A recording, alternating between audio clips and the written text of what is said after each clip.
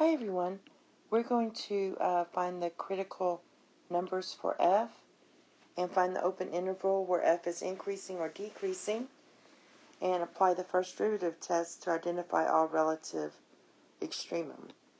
So the first thing we'll do is take the first derivative by using my quotient rule. So I write down my denominator, multiply it by the derivative of the numerator, minus my numerator times the derivative of my denominator,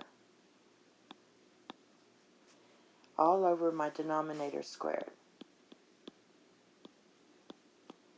And what you're going to get when you clean all that up is x squared minus 4x plus 10 over x minus 2 squared. Now, to find your critical numbers, you set this to 0. You cross multiply and solve for that. You're going to get complex numbers, so there's no real solutions.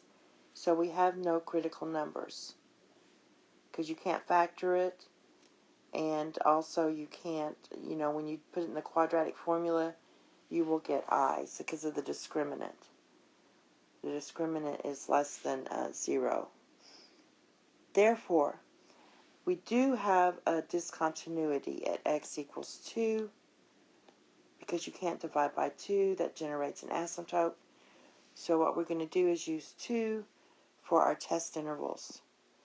So we're going to use x equals 2, and that's going to be at negative infinity to 2, and then 2 to infinity.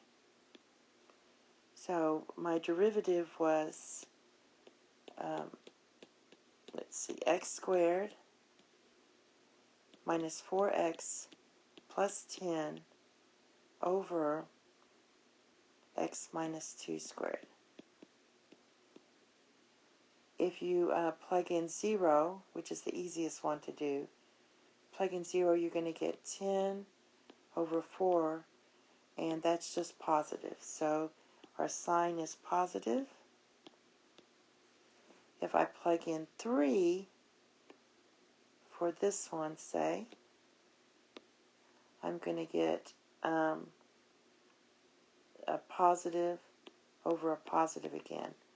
So we have our derivative is positive on this interval. So they're both increasing. That means we have no relative extremum.